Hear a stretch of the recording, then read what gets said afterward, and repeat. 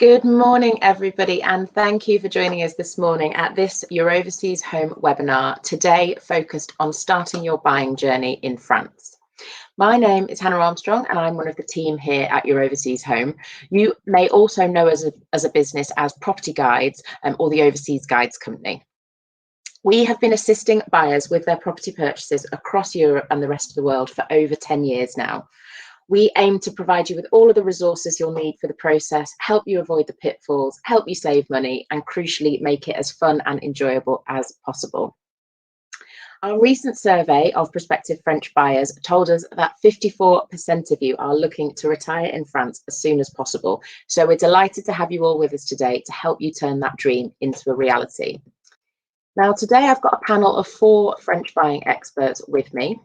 First up, you'll hear from Paul Harris of Smart Currency Exchange. Next up, Helen Stottard of Beauvillage, based in southwest France. Matthew Cameron from Ashton's Legal, and lastly, Yasmin Smith from the Property Guides team. For those of you who are joining us live today, if you have any questions for any of our panelists, do type those in at the right-hand side of your screen, and we'll aim to get as many of those answered as possible. We do also have some questions for you, our audience, today. There's a polls section, again, at the right-hand side of your screen. Do answer those questions as best you can, and we will weave some of those into today's presentation. So, without further ado, how do you start your France buying journey? Well, with the current COVID travel restrictions, we are recommending that people try and do as much research and reading up as they can from home at the moment. At Property Guides as a business, we've got a wealth of resources that are able to help you. Take a look at our website and you'll see some of these fantastic buying guides, which are all available to download free of charge. They give you loads of resources and reading material, step-by-step guides to the process, and useful checklists that can keep you up to date with what you need to be doing. At Property Guides, we've also got a fantastic content writing team who produce a wealth of blogs and articles which cover all the latest trends and industry insights, and they're also all available for free on our website and by subscribing to our newsletters. So, once you've done your research and you've read up, likely the first thing that you're going to start thinking about is your budget. So to talk about budgeting and currency, I'd like to introduce Paul from Smart Currency Exchange. Now, Paul's been working within foreign exchange and supporting buyers for over 10 years now. His team are based here in the UK, and he regularly presents at events like this across the country. So, Paul, can I start by asking you to give us a little bit of a background into Smart Currency Exchange and how you and your team can help our buyers? Thanks, Hannah. Yeah, morning, everyone. Just a little bit about Smart Currency. So we're a foreign exchange broker and specialist in overseas property transfers when it comes to actually converting currency from primarily sterling into euros. We've been around in the market for over 15 years. And we've helped over 40,000 people in exactly the same position as yourselves at the moment to help achieve and buy and afford the dream property that you're looking to buy over the next few months.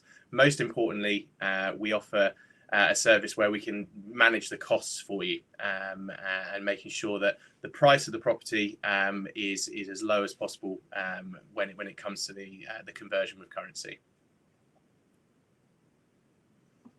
That's a great intro. Thank you so much, Paul. So in terms of our buyers who are starting their journey from home at the moment, they're reading up. How early should they be talking to you and your team about currency? Well, I mean, I think you just sort of said it yourself there a little bit. Right at the start of the journey, I mean, currency may not be, like the actual mechanism of how you're going to transfer currency may not have been something that you've thought about at all yet. But if you've been online searching for properties, speaking to agents, you'll have a type of property in mind. It might have a certain amount of bedrooms. It might have certain amenities. There'll always be a price point as well, though. So you may not have thought about the actual mechanisms of how to transfer, but you'll always have that budget and the price point in your mind of how much you want to spend. So as soon as you have that idea, it's definitely worth speaking to us. We can then help you understand if it's an amount of money in pounds or whichever currency you're holding at the moment.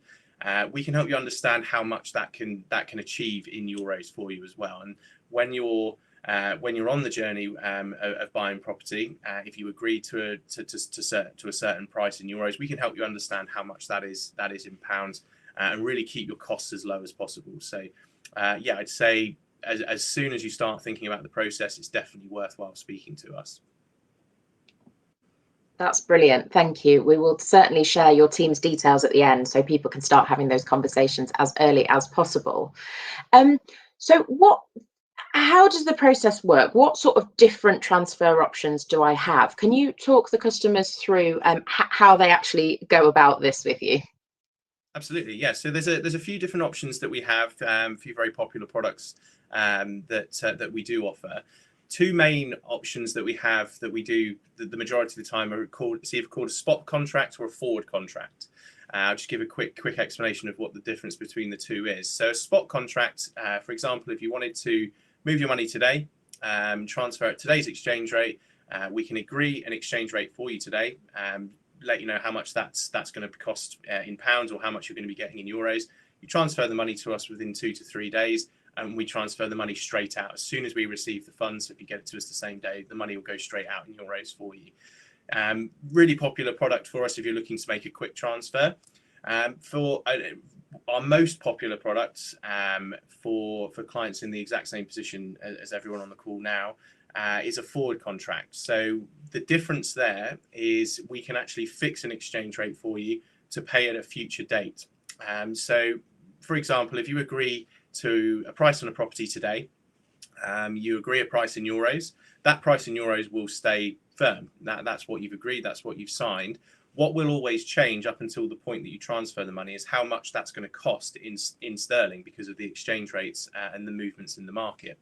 What we can do for you is we can take away all that risk and protect the costs for you. So we could talk. So say, for example, you've agreed today, you've got your price in euros, have a chat with us. We could say, right, this is the exchange rate that we can offer.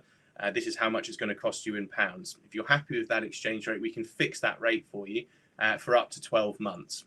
So if you've got a set date in up to 12 months time, we can fix that exchange rate so you know exactly how much the property is costing in euros and how much it's costing in pounds as well.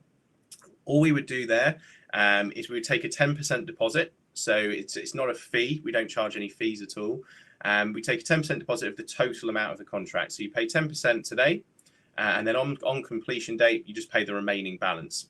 So it gives you real peace of mind, and it makes sure that you're covered. So you know, like I said, you know exactly how much the property is costing in euros and how much it's costing in pounds as well. So it gives you real peace of mind, takes away all the risk of any drops in the market.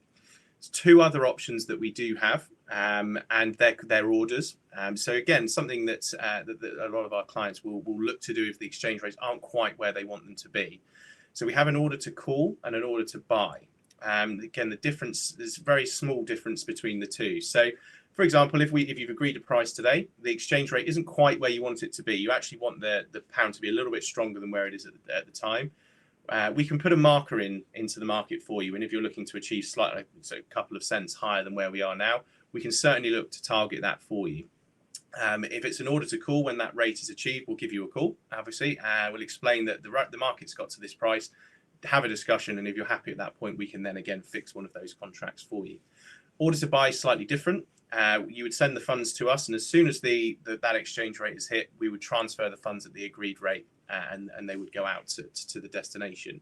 The most important thing on the orders, though, and something to be really, really mindful of, is just because we're aiming and targeting a rate doesn't mean we're going to get it. We're always working off the live exchange rate. So those types of contracts are great. It does give you this sort of the potential upside, but if we don't get to that exchange rate, then we can't actually transfer. So they do come with a little bit more risk, as far as we may not get up to that level, but still very popular products. Thanks, Paul. That's really, really helpful for us. And you did mention there about Smart don't charge any fees. Can I just ask, how does Smart then make money if they're not charging any fees or commissions to the customers?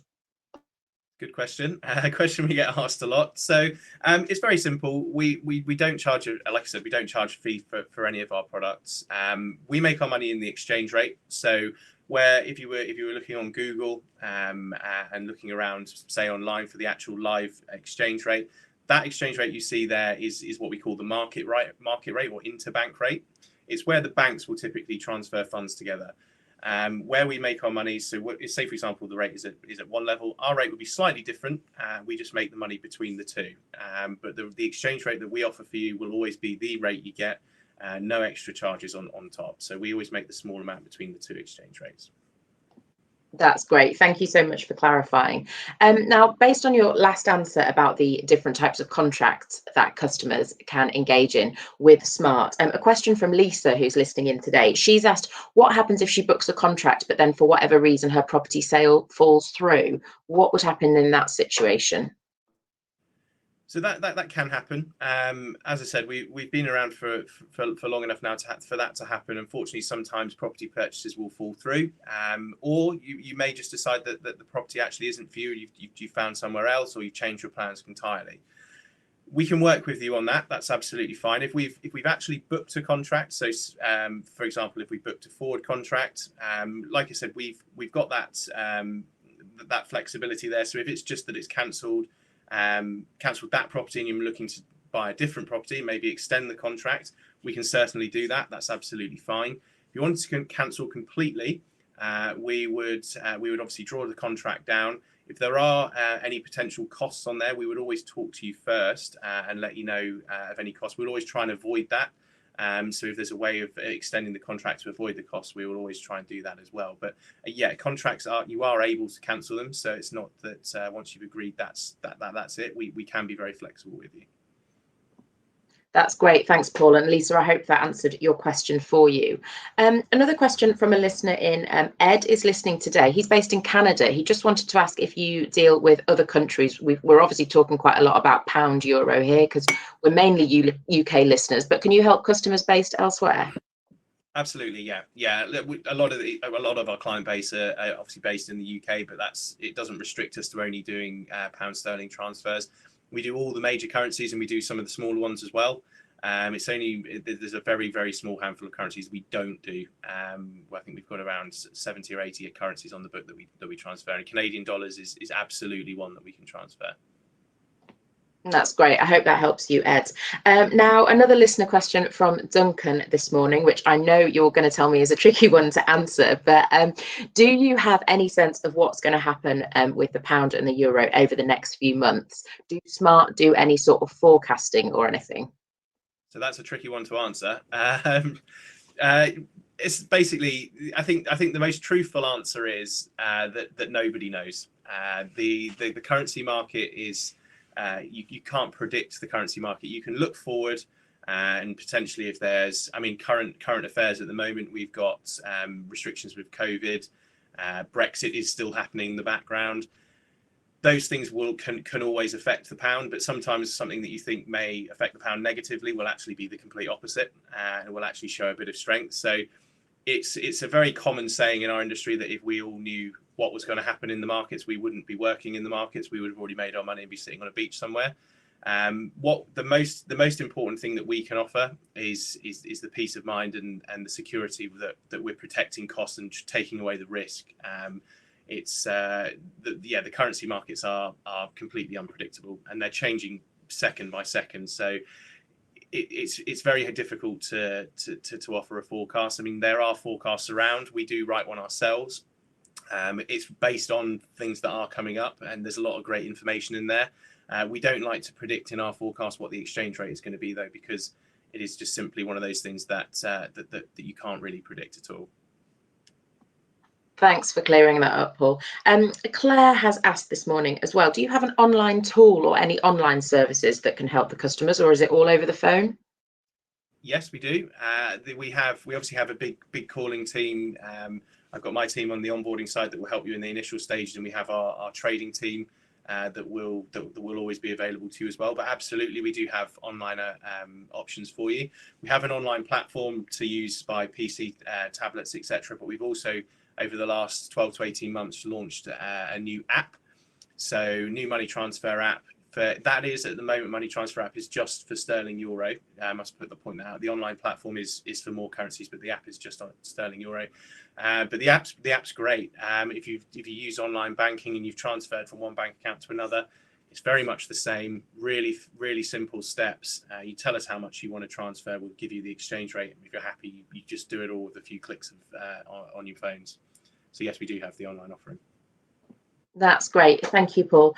And I think that the last question we've got time for today, obviously, property purchase is a huge decision and a huge financial commitment for all of the customers that are working with you. How can we ensure that, you know, their money's safe with Smart and there's no issues or anything there? Okay, we're fully authorised by the FCA, governed by HMRC, fully regulated business in the financial services industry. But most importantly, obviously, when you're sending the funds to us, you want that to be secure and safe. When you send money to us, it goes into a client holding account, so it doesn't go straight into our bank account. So if anything was to happen to Smart, which is very unlikely, but if on the unfortunate circumstances something did happen, your money would be safeguarded in that client account, and if there was something to happen, it would just be returned in full straight back to you. So yeah, you do have that security of the client holding account when you're sending money to us. That's brilliant. Thank you so much, Paul, and thank you for answering all those questions for us today.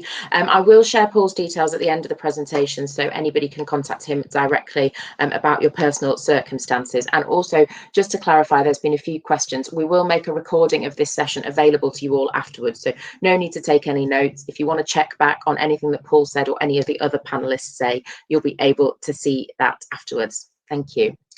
So, you've sorted your budget, you've got a plan for your currency. What do you do next? Well, the exciting bit, you start thinking about a beautiful property that you're going to purchase in France. Just to let you know, we have a fantastic portal on the Property Guide's website with loads of gorgeous properties available to have a look and get a feel for what your money will buy you. But to talk about the exciting part of the property buying journey, I'm joined today by Helen Stothard from Beauvillage. Now, Helen moved to France. Helen moved to France in 2001 with her husband and 4 children and started working as an estate agent almost straight away when she moved to France. She's got fantastic expertise in this market and has made the journey herself. So she's really well placed to answer your queries. So morning, Helen. Now, good morning. Morning. I would love you to kick off by just giving us a little bit of background into Beauvillages and how you can help our listeners today. Okay, morning everyone. So Beauvillage is in the southwest of France. We have quite a few physical agencies here, around about 15 physical agencies, but there are sales agents based from south of Niort, Poitiers, right down to the Pyrenees. So wherever you're looking, we'll find a property for you. Beauvillage has been running since 2008, and it's a mixed team of French and English, mostly bilingual, and we have a great team of sales agents, customer service, marketing, legal help for you as well, all ready here to receive you when you can get here. That's brilliant. That's really helpful intro. Thank you, Helen. Now, I guess an important question. We've talked about budget there with Paul, obviously. Can you just give us a little bit of an indication of how much in the main areas that you cover, which I know is really popular with our customers, how much 200,000 euros would typically get you in terms of a property purchase? Yeah, so I'm personally in the South Charente, and in the South Charente, I would expect that you would be able to purchase probably 3 to 4 bedrooms, 2 to 3 bathrooms in detached property with a good sized garden and outbuildings. As you go a bit further north of Angoulême, you could probably get a little bit more for your money, perhaps a pool as well at that price. And then if you go over towards the coast, obviously you get a little bit less for your money. So you're probably more looking at maybe a 3-bedroom house, still with a nice garden. I mean, most of the properties that we do have are countryside properties. You know, that's our kind of main clientele. Thank you. That's great. I mean, the majority of you listening today who answered the poll said that that outdoor space and garden was really important to you. So it's great to know that, you know, a reasonable budget will get that space for you. Another thing that's come out of the polls today is a lot of people are eager to be within walking distance of sort of shops and local amenities. Is that quite practical in the area you're based? Is that doable? We have this asked an awful lot. It is doable, yes, absolutely. There's plenty of houses that are on the edge of villages, the edge of towns that feel very rural, but you are in walking distance, or I think maybe cycling distance is a bit more, it would be easier to find. And then we move on to electric bikes and a little bit further away. But we get that asked a lot, and it is totally possible. Yeah, absolutely. Yeah. That's brilliant. Thank you. Now, an important question for a number of our listeners, especially as I mentioned at the beginning, quite a lot of people are looking to retire to France. What is the expat community like in the area? Any recommendations that would be good for British buyers? So when you start looking for a property here, your agent will recommend to you different areas based on whether you are looking for an expat community or not. I mean, there are quite a few buyers out there who aren't looking for Brits to be around them. They want to immerse themselves into the French lifestyle.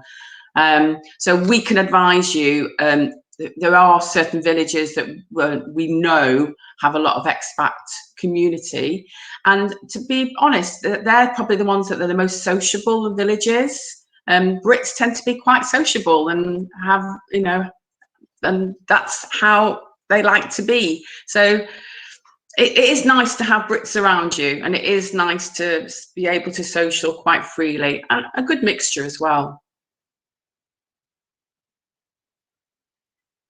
Thank you. That's really helpful. That's brilliant. And moving on from that, obviously we have talked quite a bit about retirees here today, sort of based on what people have told us. But is it good for families as well? You know, if the kids are coming out, or even the grandkids coming to visit, is it a good area? Yeah, absolutely. So if you're more inland, you still have the water. Even if you've got no pool, you've still got the water. There's so many villages, towns with lakes with beaches, rivers with beaches. It's such a lovely area, and there's just so much lovely outside space, and there's loads of stuff for the kids and the grandkids to do, and to do very safely as well.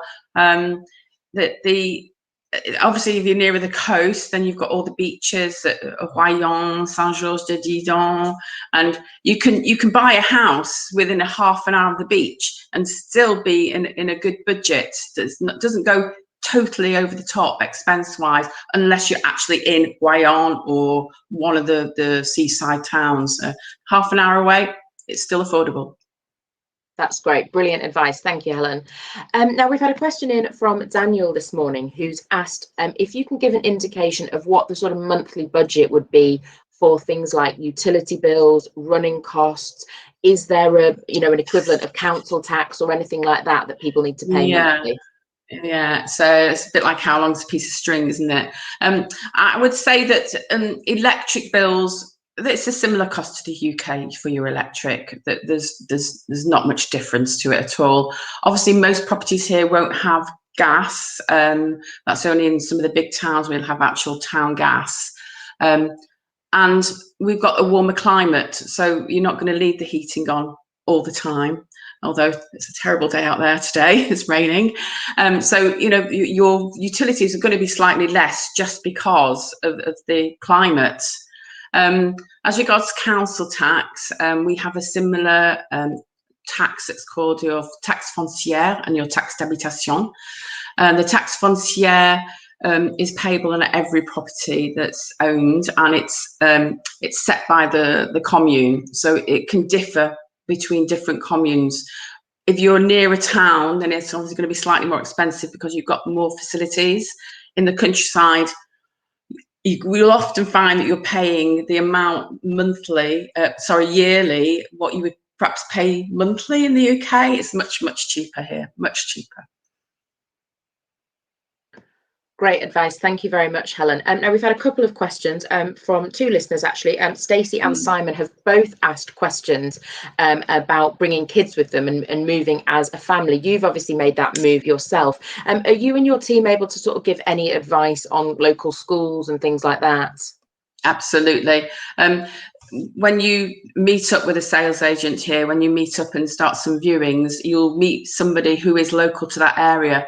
A lot of our sales agents have moved here with children, just like me, and the schools are amazing. And it was a decision that I made that I'll never ever regret. I've got 4 bilingual children now, if nothing else, and it's a great system, and it's a great thing for the kids to come here and mix in with French friends, and they come on so quickly with their language. Within 2 months, they're understanding everything. Within 6 months, they're just bilingual. And I would highly recommend that you put them in the local schools and not aim at an international school or a school where there are English speakers. It's much better if they're totally immersed with French speakers. That's great advice, thank you. And Matthew's nodding along there as well. So good advice on both sides. Thank you. Now, the practicalities of the process. If somebody is doing their research at home now and they made their first contact with you and your team, say on Monday, what's the sort of estimate timeline that they could expect this process to take? Right. So obviously, if you're in the UK now, when you can't get here, although you are allowed to travel, if you're wanting to purchase your main home in France, not sure what Boris says about leaving the UK, but within France, you are freely allowed to travel at the moment. We've just got a curfew in place from 7 p.m. till 6 a.m. That will move to 9 p.m. on next Wednesday. The best thing that you can do is to have a look at our website, get in touch with us. You will be given an agent who will be your one contact within the agency. They will advise you about different properties. We have a system set up called BVI Plus. And if you register with BVI Plus by sending us a copy of your identity, a copy of your proof of address, we'll then even be able to send you Google Map references, cadastral plans, and give you all the information on any property that you see on our website. If it's something that's in a different area, then that person who's dealing with you will help you via their colleague, and we'll get the information via that as well. That's brilliant. That's really helpful. Thank you. I think we've got time for one sort of last question, but we've had a lot of people asking this. Amanda's asked this, John's asked this, loads of questions on this. How easy is it for people to go about possibly starting a business related to their property? So a B&B business, a gîte business, things like that. And I know some of that might also be something that Matthew might cover later, but any advice on starting a business would be really helpful, Helen. Okay, so it's actually quite easy to start a business in France, and if you are intending on doing bed and breakfast or gîtes, you actually don't have to register it as a business if you don't want to. As long as you declare the income each year, you don't have to actually register as being self-employed. There's a limit. I think it's about when you hit about 23,000, then they will consider it as a business, and that's when you have to start. You register as a micro-entreprise, which is really easy to do. It's a very simple system, and you literally pay your social security contributions as you earn. So there's no fixed fee to pay. You pay only on what you're actually earning, and it's good. It's good to get into the system. If you want to be getting into the system, that's the way forward. That's brilliant. Thank you. And I lied and said that was the last question. One more quick question that has come in. Can you just give us an indication of what fees a customer might have to pay Beauvillage, or is that all sort of looked after on the seller's side? Well, so when you see a property advertised on our website, the agency fee is always included in that price. You will have to budget on top of that for a notaire fee, which we say is around 8%, but it does vary. The higher the price of the property, the lower the percentage. So if you're buying a small property around 80,000 euros, you will be looking at maybe 9 or 10%. Notaires fees on top of that price, but the agency fee is within the price that you see advertised. That's brilliant. That's fantastic. Thank you so much, Helen. There are a load of questions that have come in for Helen. I'm sorry we're not able to answer everything today. If we do have time at the end, we will circle back around. And of course, we will share all of the contact details and put you in touch directly so you can talk about your specific requirements and needs. But I'm conscious of our time this Saturday morning, so I want to move on to our next speaker today. I'm joined by Matthew Cameron from Ashton's Legal today. Now, Matthew is an expert in both French and British law and can support you and understand the difference in the process. He's a regular contributor in the national press, on TV and various things like that. So he's really well placed to answer all of your questions today. So welcome, Matthew. Thank you very much. Good morning, everyone. As Hannah says, I'm Matthew Cameron. I'm head of the French Legal Services team at Ashton's Legal, which also includes the firm of Heslott and Platt Solicitors, which is a French specialist firm of lawyers. Our work generally covers assisting people when they're buying a property in France. So that means that we'll be working alongside agencies, actually very regularly with Beauvillage, coincidentally, during the initial processes, and then working alongside a notaire during the contract stages and the final purchase deed completion stages. So we'll be advising clients throughout the whole process to make sure the legalities are suitable. It's important, I think, to note that while a notaire has to be involved in a transaction, the notaire is not in place to advise necessarily a client or a buyer as to the issues relating to a purchase, insofar as not the notaire's job to advise you if this purchase is in your best interests. As a solicitor, my obligation is to ensure that a particular transaction is working in your interests, and occasionally we would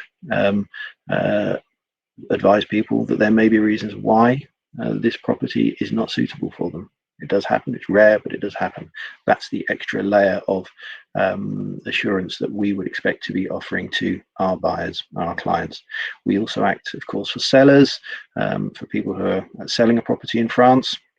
And then in relation to property transactions, we will often assist people who unfortunately might be divorcing and need to transfer a property between them, or families who are looking to gift properties in France down their generations. Surrounding all of those issues, there are inheritance law matters that we'll be advising on. So advising on French inheritance law and tax, whether we should be having one will or two wills, and whether we should be looking to take the benefit of the European regulations, excuse me, the EU succession regulation that allows us to apply the laws of our own jurisdiction, to the UK, England or Wales generally, to our estate in France, or whether we should be applying French law to apply to those properties owned in France. Sometimes any number of options can be available, so we'll discuss all of those with you. That is a very a brief overview of the sort of work that we do. One point I think it's relevant to note at this stage is that we don't offer advice on residency rights and visa applications and so on, but I do know that Your Overseas Home has a fair amount of information on that specific topic, and I think, Hannah, you'll correct me, that you've got some webinar information that's available for that anyway. Absolutely, we do. Yeah, and there have been a few questions that have come in on this today. So anybody that is asking about visas, we will make sure that we share a link with our previous session that we did about the visa process last weekend, which will be really helpful for you all. Thank you, Matthew, for that intro. That was really useful. I'm going to start with a question that a lot of people inevitably are asking. Can you give us a bit of background and a bit of an insight into what sort of fees a customer can expect to pay, both fees to you for your legal services, but also any sort of buying taxes or anything like that that they'd have to pay? Okay, well, if we start with the points that Helen made previously, which are absolutely correct, it's sensible generally to anticipate about 8% by way of notaires fees, maybe a little bit higher where the purchase is perhaps of a lower value because there are some set fees incorporated in that. That 8% may sound quite substantial on its own, but that does also include the stamp duty element of the purchase. Just as when buying a property in the UK, there is stamp duty, so there is in France, and that is a major element, and that cannot be avoided. I think it's also worth noting that for those who are going to be taking a mortgage to be charged against the property in France, then there is an extra notaires fee, and that could well come to about 1% of the purchase price. So that's worth noting on top. As for our fees, that would depend exactly on what is required, what we're going to be advising on. We can tailor our work to suit people's budgets, but quite often our fees could be starting from a couple of £1,000 but could often be going to a fair amount more than that, depending upon specific circumstances. Thank you, Matthew. That's really helpful. We've had quite a few questions that have come in actually from listeners today about property surveys. How does that process work in France versus the system that we're used to here in the UK?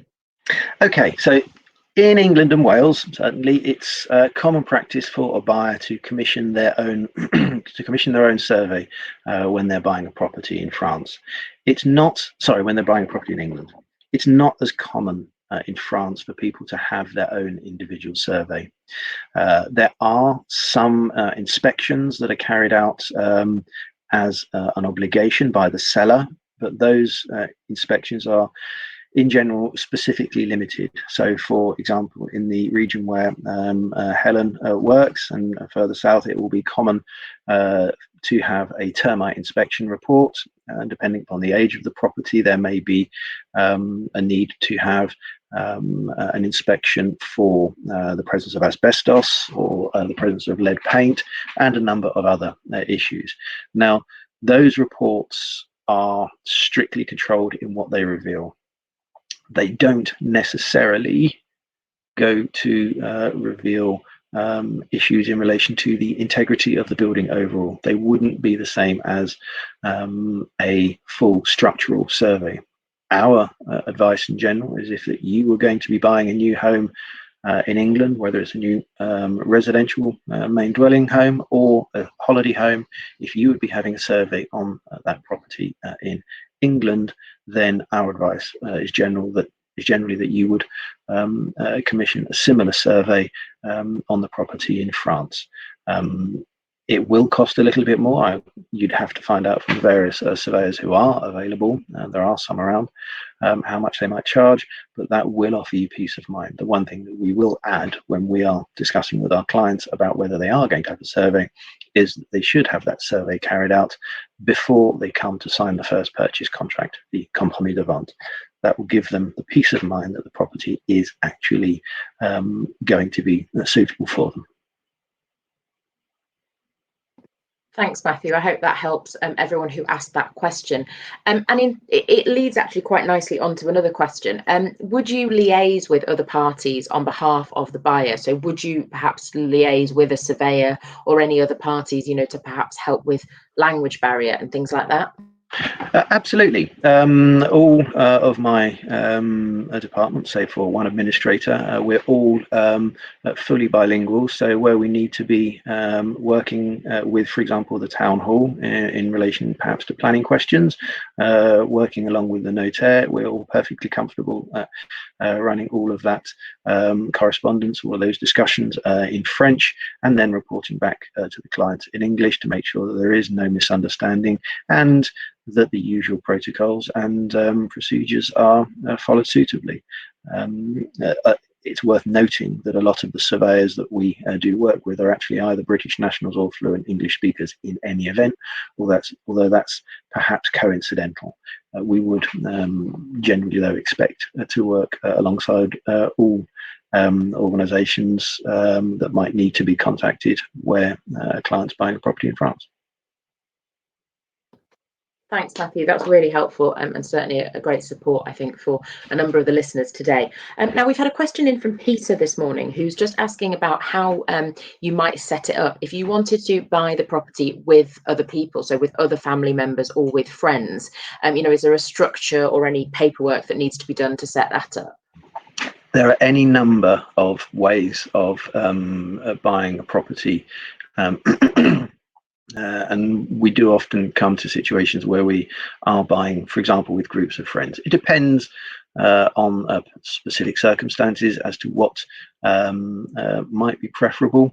But in the instance where, for example, 3 couples are looking to buy a holiday home, there might well be an interest in organising for a French company to be set up to become the purchase vehicle. That allows for some better administration, so that in the future, if any one of the couples wanted to sell their shares or wanted to get out of the ownership, or indeed if one of them were to die, then there might be better options for those couples in relation to how the ongoing management would be carried out. So there might be a lot of interest in doing that.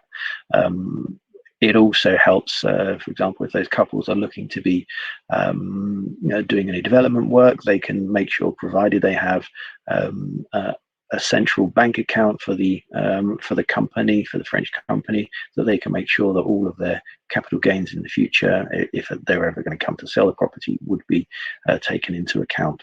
One thing we will nearly always say, though, is that it is highly unlikely to be sensible just to put the property in the name of an English company. One of the questions that we are often asked is by sole traders or small business people in the UK who might have a fair amount of cash being held in their UK company, and their accountants in England might tell them that there might be some interests in buying the property in France through that company, so that they can not necessarily have to release all of the cash and pay tax on the dividends out of that company. There are lots and lots of other tax reasons why that might not necessarily be a good idea. So if we were going to be buying through a company for that group of friends, or indeed for different family members, then it would inevitably be a French company. And the costs for setting up such a French company are likely to be another 2,000 or 3,000 euros. Thank you very much for clarifying. I hope that helps everyone who was asking that question. Thank you. Now, we've got a lot of listeners today who are looking to purchase properties that need some sort of renovation work or updates to them. Couple of questions on that. Daniel has asked, are there any permits or legal requirements that he needs to be aware of for doing any renovations? It depends on the sort of renovations. Where they're largely cosmetic, they may well not need anything. But going on to major developments, and indeed if it's an older property, or especially if it's a large older property, it might also require the prior approval of the French architects group, the Architectes de Bâtiments de France, so effectively akin, if you want, to English listed building regulations. So any number of permissions might be necessary, and it's certainly something that is always worth exploring in advance of signing the first purchase contract.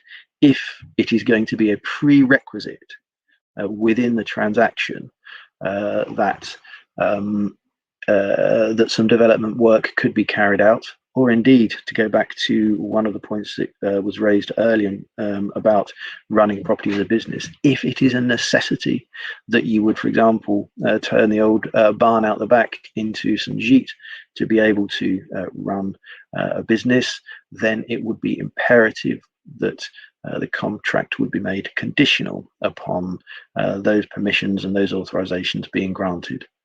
And again, we would look to negotiate terms on that basis into the contract. Great, thank you for that advice. And another question along those lines, a customer, Wendy, who's viewing today, is planning to purchase a property that they do know needs work. They're looking at it at the moment online and they haven't visited it themselves. Can they arrange a survey before visiting themselves, because the survey might sort of rule out whether they want to purchase at all? Is that possible? It's certainly possible. It depends upon how amenable their seller is going to be to allow somebody in to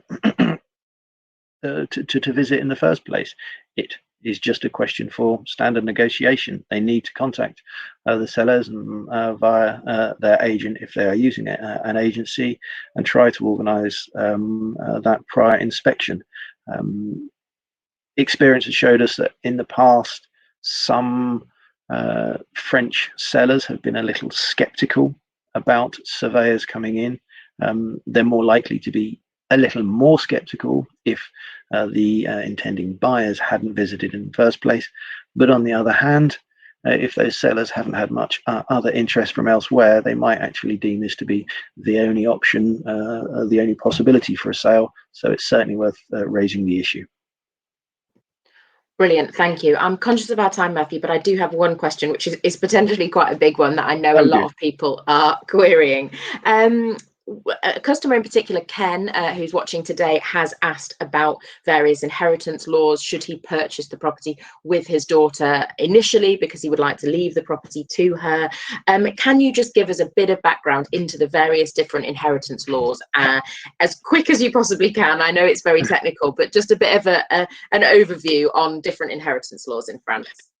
You're absolutely right. It is a vast question, and I'm not going to look to answer it all because I will be boring you senseless for the next 3 hours easily, and possibly not taking a break in the middle of that or taking a breath.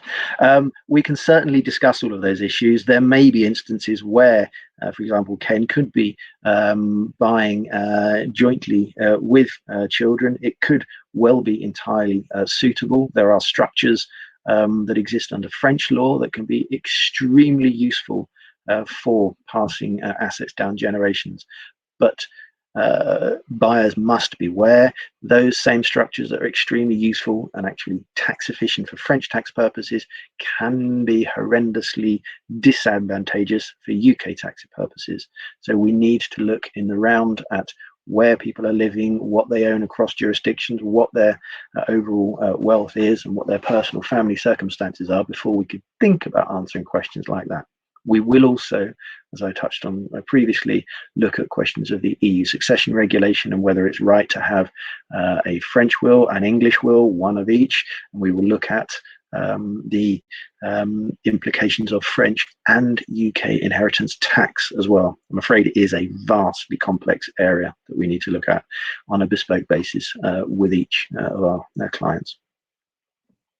That's great. Thank you for that initial advice, Matthew. And we certainly recommend that all of the listeners today who've got any questions on this topic or anything that Matthew discussed, we will share those details at the end, and do get in touch to discuss your personal circumstances. Thank you very much, Matthew, for your advice there. I now want to move on briefly to our final panelist of the day. I've put the details on screen of the fantastic team we have here at Property Guides, who are at the end of the phone always to answer your questions and support you with your journey. The specialist who looks after France is my colleague Yasmin, who's on the line with us today. A couple of quick questions for Yasmin. Yasmin, can you just give us a little bit of an intro into what you and your team are able to do to support the buyers and the listeners today?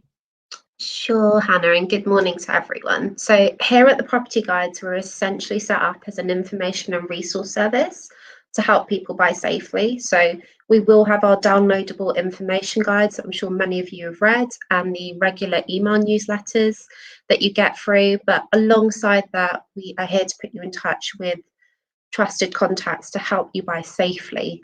So this can include the golden free contacts we've had covered today, a estate agent, a solicitor, a currency specialist, and there are many other contacts who are able to put you in touch with, such as your financial and tax advisors, your removals companies, property insurance, visa and residency specialists, and removals. And we will have conversations with you to understand what contacts will be best suited with your plans. And we're happy to speak with people at any stage of their buying or research journey. That's wonderful. Thank you so much, Yasmin. And I know that at Property Guides recently, we've obviously been doing some surveys of our buyers to get a little bit of insight into what people are looking at. Can you just give us a bit of background at the moment as sort of what the popular searches are, the types of properties that people are looking at the moment? Yes, certainly. I mean, in France, you've got a wide variety of property types to choose from, be it an apartment by the sea, a ski chalet, a chateau, a country farmhouse. But in our recent survey, we did find out that 24% of people plan to rent out their holiday home. 1 in 8 people are interested in a commercial property or sheets, and 80% of people said a garden really is essential. That's really helpful, Yasmin. Thank you so much for that insight today. As I said, the details are all on screen. Do give Yasmin and her team a call, and they'll make sure that you're pointed in the right direction for all of the possible advice that you could need for your buying journey. So we're almost wrapping up today's session. We're almost at the end. I mentioned it earlier, and I just wanted to highlight again that on the Your Overseas Home website, we do have lots of different webinars. We've got some webinars in a couple of weeks on Saturday, the 5th of June, that focus on the financial aspect of the buying process. So again, we'll talk a little bit about currency in that session, and crucially, we'll talk about your tax position, what you might want to think about in terms of inheritance, in terms of pensions and things like that. So we do recommend that you register for that, and we do also have a series of resources of on-demand sessions that you can listen into. Last weekend we had a fantastic session on visas and on healthcare, what requirements are, especially post-Brexit, and how the various different businesses can help you. So do take a look at our site and do have a think about that. I'll pop the contact details on screen there now for you for all of the panelists today. Do get in touch with Helen, with Paul, with Matthew. They are really the experts in all of this, and they will be able to help you realise that dream to retire to France. We'll pop a link on screen now as well to the Property Guides website. So for any of those newsletter subscriptions, all those fantastic blogs and articles we've got, the buying guides to download, do head over there and have a look at that. That's all we've got time for today. Thank you so much for joining us, whether you joined us live on your Saturday morning. Thanks for coming along today. Thank you to all of the panel for sharing their insights. And really all that's left to say from us at Your Overseas Home and Property Guides is we wish you all the success, whether it's a holiday home or a permanent relocation. We wish you a really happy move to France. Thanks, everyone. Bye.